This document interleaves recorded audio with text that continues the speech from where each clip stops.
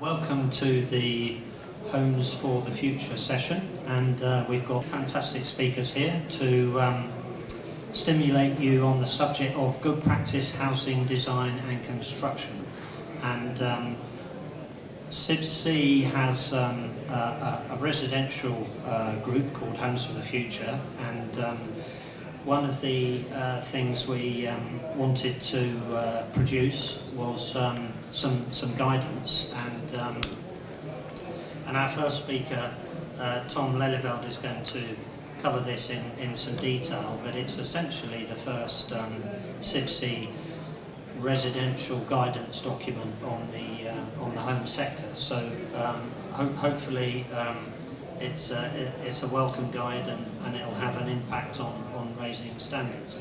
So just to introduce you then to the first speaker, Tom Lelyveld is the lead author of the guide, and which is Technical Memorandum 60, TM60. And Tom is the leader of the AECOM sustainability team in the northern region, and also has been previously involved in Part L development, so has experience and interest in developing standards. So over to Tom. Thanks very much, Ashley. That neatly covers my first slide, so I can move on from the introduction. We only have about 10 to 12 minutes, so I'm going to sort of race straight on. Okay, so I guess the first question, which Ashley answered in part, is why a new technical memorandum for homes? Why new guidance for homes? The first thing to highlight is the shown in the pie chart on the left here, which is actually residential, so housing accounts for 30% of the UK energy consumption. So bringing out guidance that supports improving the quality of new homes, reducing energy consumption associated with new homes is clearly important. And linked in with that is the growing body of evidence around the performance gap. Over the past 10 years, there's been a series of work that was initially done by the Zero Carbon Hub and is now being carried on, looking at the performance gap, identifying the performance gap and the contributing factors to it. And these sort of key issues fed into the discussions in the Homes for the Futures group around the need for residential guidance, along with the fact that the vast majority of CIBSE guidance was actually focused on the commercial sector, and there was a need to balance out. At the same time, whilst we were writing the guide, there was ongoing stream of negative news stories around the performance of new homes. And with this emphasises the growing need for opportunities for designers, for house builders, for contractors, for housing associations to differentiate themselves, to identify how they are working to improve the performance and the quality of the homes they're building. And part of the guide is around identifying a good practice standard, something better than the building regulations minimum that will allow a way of bringing up the general standard of design and construction. Okay, so that brings me on to the purpose, and it's important to identify and to set out exactly what the purpose of the new memorandum is, and then also how we define good practice. So I'll read out the purpose, which is to help building services engineers and other professionals working on the planning, design and construction of homes to understand and demonstrate good practice, to understand the relevant guidance, tools and other resources available, and to contribute to delivering good practice as part of the wider design team. And that links into an ongoing narrative through the guide around integrated design and the need for designers to work together to actually design out and avoid the delivery of the contributing factors of the performance gap. And then in terms of how we define good practice, and this went through a few iterations between the editorial team and the steering group, but we've defined good practice as the design and delivery of homes that are fit for purpose, resource efficient, low carbon, comfortable, healthy, and easy to operate and maintain.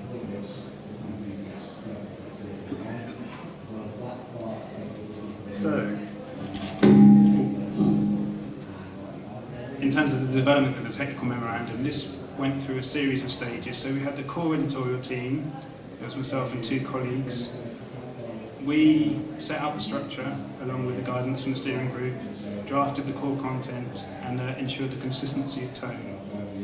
We then drew on subject matter experts from across AECOM, so from our Bedford office, our London office, our Manchester office, Cambridge, wherever it was that there were the specific people with expertise in the different topic areas such as ventilation or services design or electricity or fire,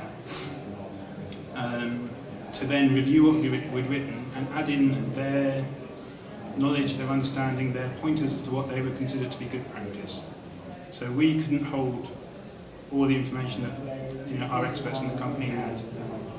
And so we drew that together, and having already drafted the different chapters, it gave a skeleton, a structure for which we could pin additional guidance.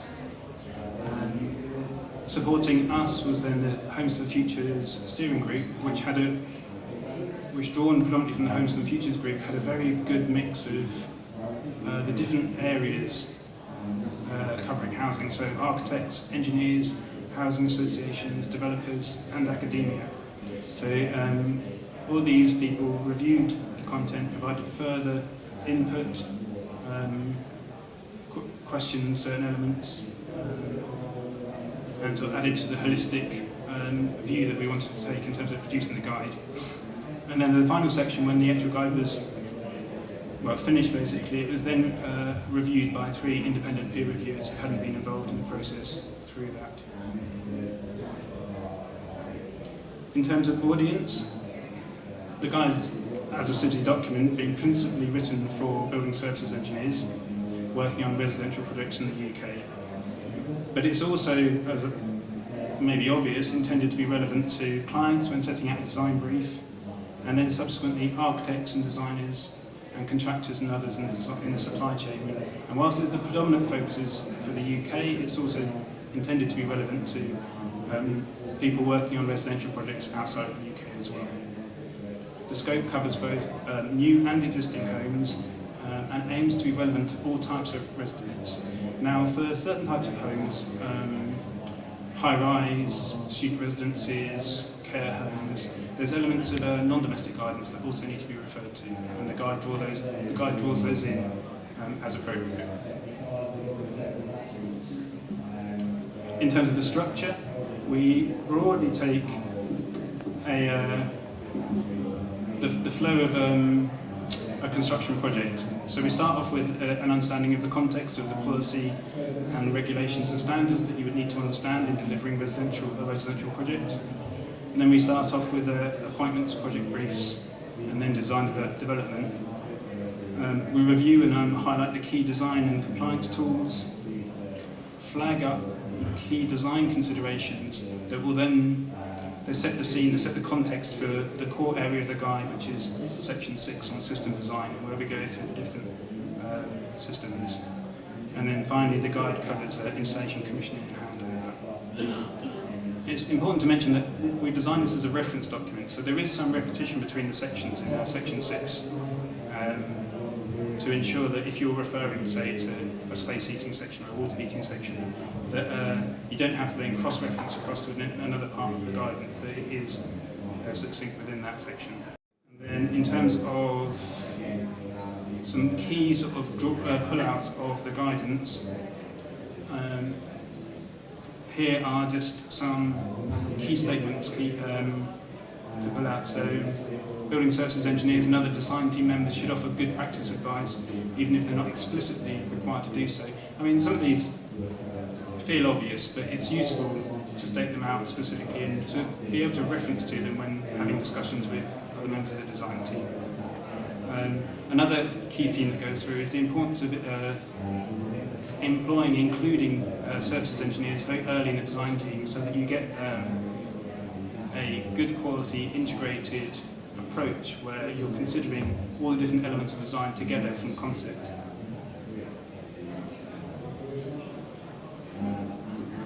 Okay, I've got 3.5 minutes, so I'm going to jump through some of these.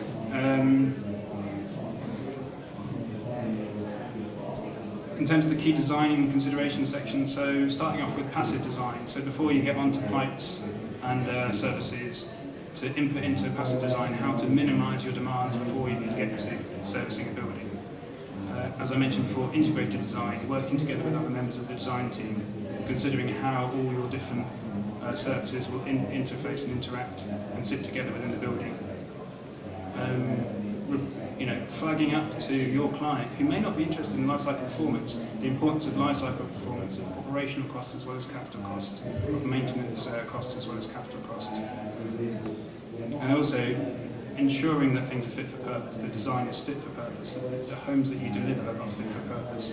And that is obviously integral to good practice. Okay, so in terms of the core content, the section 6 covers these 9 subsections: space heating, water heating, ventilation, cooling, electricity, lighting. Separately, renewable electricity is a generation supply technology rather than a service provision within the building. Water and wastewater and controls. It's worth mentioning that controls we originally conceived would sit with each different section, so space heating would have its own control section, but the level of repetition was such that we pulled it out into its own separate section to avoid unnecessary repetition. So there's some useful repetition, but too much demands a separate section, separate treatment. The key thing around how we've designed the guide is to flag up at the end of each section a key message you draw out, which is effectively an executive summary of the key guidance that we have identified in each paragraph. So some examples of this in terms of context. I've got 3 examples where building services engineers and their clients must understand and design to avoid the factors contributing to the performance gap. In terms of space heating, if you can read that, which you may or may not be able to, when selecting and designing heating systems, building services engineers should consider whether occupants or others are likely to be able to use and maintain the system as required for it to operate efficiently and effectively, or effectively and efficiently. And then finally, with ventilation, the consequences of poor practice in the design, installation, commissioning and operation of ventilation systems can include impacts on occupant health and damages to the building fabric, with the potential financial and reputational costs for those responsible. Along with the core content, we have a series of case studies. In drawing these together, we were really focused on good practice case studies, and that was actually quite hard to draw together. What became apparent is that a lot of people draw together examples of when things went wrong and learning from when things went wrong. And actually, when they've done everything correctly, they don't tend to collect the information because they haven't had any complaints or any things that they didn't need to change. So, skimming quickly through, actually, because I'm out of time, I need to let time for my co-presenters. Clapham Retrofit, a great example of making sure that you've tested and monitored a building before you start design work, and then design based on your knowledge of the building. Prince Regent Lane in Newham, which was a good example of early integration of the building services engineer right from concept, working closely with the architect, and also a good example of installing photovoltaic panels on the south-facing roof. Just briefly, in terms of to pass over, in terms of how you might use a TM, we envisage that as a services engineer, you'd use it as a reference document for your design work, and also to reference to your client in terms of supporting why you're proposing a given design route. For clients, housing associations and local authorities, it's a document that can support a brief or design specification, can help to realise more integrated design from concept through to delivery, and can help measure the quality of design prior to construction. And then as developers and contractors, as a reference document again, and also to help differentiate your brand and the quality of your homes from your competitors. And to finish off, it'll be available soon. We're just finalising the last images and tweaking last bits and pieces. There's the cover on the left. It will be available both as hard copy and for download in the next month, maybe, next 2 weeks. Thanks very much. Thank you. Yes, this technical memorandum, TM60, on good practice design of homes, it will be available for Christmas, so it will be free to download, so you can give all the members of your family and your friends this new technical memorandum. So thank you, Tom. So that's an overview of the guide, and Susan has been part of the Homes Group influencing this, and Susan May is Head of Design and Quality at Clarion Housing Group, and Susan has a master's degree in housing and is very interested in the industry getting design and construction right the first time. So over to you, Susan. Thank you. Hello everyone. So my name is Susan May. I work for Clarion Housing Group. We are actually the largest provider of affordable homes in the country. We have over 120,000 homes across England. So we're a very large provider, and I wanted to talk to you today about the technical memorandum to explain the importance of good design to us and to our residents, and also the importance of the technical memorandum to us, because we hope that you as designers will take this information on board that we've put together, that you will really take it forward and fly the flag of good design, which will result in happy residents as well as happy landlords. So I thought I'd just talk a little bit about what good design means to us as a client, and how the technical memorandum can help you to push forward into good design, which will achieve the goals that we all so desperately need. So I want to talk a little bit about good practice for residents and for landlords. And I'm going to take you through the factors for comfort. What are the factors in terms of services which residents are keen to see? And how are they demonstrated through different aspects of design and construction. So taking all the way from start to finish, and really picking up the key things that we found as client, which we feel the memorandum helps us to focus on. So firstly, residents of affordable homes, and also residents of private homes. There are different client groups for both of these types. Both in terms of design and in terms of the life of the homes over their 100+ year life. So affordable homes tend to be let or sold to residents who have a lower income range than those who would buy a home outright. And also they are let by us as landlords to homes which are fully occupied. We won't let to anyone, one person in a 6-bedroom home as you might have in the private sector. They will be fully occupied and very hard working. And hard working homes, I think, is a banner that I'd like to really demonstrate to all of you. If we are designing homes well, we have to design them to be very hard working, to be capable of being fully occupied, and acknowledge that they may be over-occupied at times in their life as well. So they can work really well, and all of the systems can integrate well. And integration is a key theme of the TM60, so that's something that we would definitely support, the importance of collaboration and integration of services, not just designing in silos, but designing in a team. So there are a number of drivers for residents of affordable and private homes, but different needs at different times. And for us as landlord, there are also good practice drivers. Obviously, the particular one is that we will be holding our homes in the main for the long term. So we're going to want facilities that will wear well, that are easy to understand, easy to maintain, standardised. So these are the kinds of things that are really important to us, and I hope that designers will take on board that possibly niche, bespoke products which are untested are difficult for particularly large landlords like us, and just to be aware of the brief when you are designing. So what are residents looking for?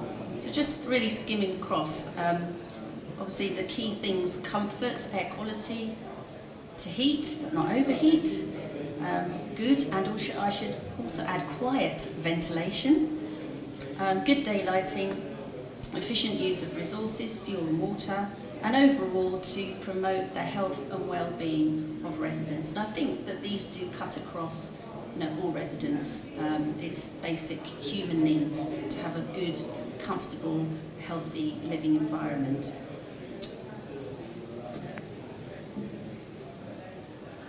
So we're interested in good practice. Obviously the design is centred around, the guide is centred around design, but design boomerangs out to the rest of the build. It doesn't stay as design. It gets built and there is feedback from those builds. So we would encourage designers, and the guide does this too, to not just design in isolation, but design for construction, design for build, and also to get in there, if you can, on site, to find out how your design is actually put into place in reality, and to also to look for and seek out that feedback you need to understand how well your designs have performed, which will then help you with your ongoing design development.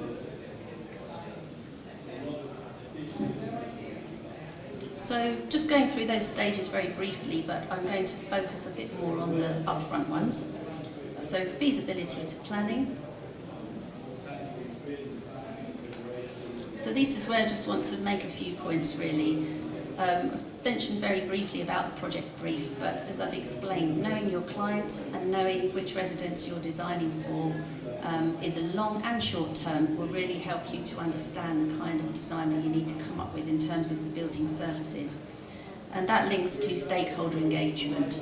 I think one of the things that comes out in the guide is actually asking the questions, ask those questions of your client. There may be questions your client doesn't know that they need to say. So you as designers can be intelligent designers and actually probe them in terms of what client and what residents they're housing, how that may change over time, what the key drivers are. Integrated design. This is the point that I really wanted to focus on. As I say, I think the guide does focus on very well. Some of the points that come out through the guide and which I would support are the use of strategies, so ventilation strategies, overheating strategies, not just looking at things in isolation, but understanding how your different strategies affect each other. Will your strategy for avoiding overheating conflict with your ventilation strategy, for example? So trying to make your approaches join up across your design team would help tremendously in the design. Also, something I'm calling degree of reliance in integrated design. What this is going back to the point about hard-working buildings. Some of the most hard-working buildings are flats with a deep plan and single aspect. Because for these units, the daylighting is there, but it's not necessarily evenly distributed throughout the unit. The ventilation may be there around the window area, but increasingly can be more difficult to sustain throughout the depth of the unit. And also because many facets of that single unit deep plan unit are interfacing with other parts of the building, there can easily be issues related to overheating and the need for cooling. So you can see that quite quickly all aspects are present in that unit type. They all involve active technologies, and sometimes those active technologies may clash and may mitigate against each other. So when you're thinking about design for housing, think about the degree of resilience of the unit type. What if one of those technologies fails? Will the others still work, or would there be a multiple failure? Obviously, this isn't present where you have housing with more aspects, for example, and more opening windows. Some of these things fall away, and then you can rely on a technology, because if that one fails, you've got some other things in your back pocket. So degree of reliance is quite an important one in terms of the long-term viability of the unit. The impact of new technologies. So new technologies are great, we need to have them and we need to innovate, but we also need to be aware of how many unit technologies we're applying to a building and how they interact. So just really to encourage designers to work extra hard on your new technologies to make sure that we are not reaping consequences years down the line. And lastly, trying to encourage designers to use passive design as a technical tool, because technical tools include making sure the building itself is giving you your ventilation, it is giving you your daylighting through the environment, to which you can add on your mechanical technologies, but to see that whole system as one system is a really beneficial approach. I'm just going to skim through the other points really. So post-planning to tender. Obviously, once you've designed your building, there is the possibility that design may change. So ensuring that it's future-proof for change, and that when you do have change, that the design team can still be involved to make sure that design is sustainable, and providing correct level of technical support and coordination. And then finally, pre-start to handover. As I said, it rolls into construction, and I think good designers do make sure they understand how their products work in reality, on site and in situ in the running of those. So if you're able to hammer down the doors of your clients and ask if you can go and talk to the residents, however that might be, so that you do understand what are the difficulties and the issues with the designs you've come up with, that can be fed back in. And I hope that there are, such as CIBSE, some great groups out there who can pull together their knowledge of what happens in reality, so we can all keep that learning curve going. And so that's, as I say, with the post-handover period as well, and keeping those learning loops going.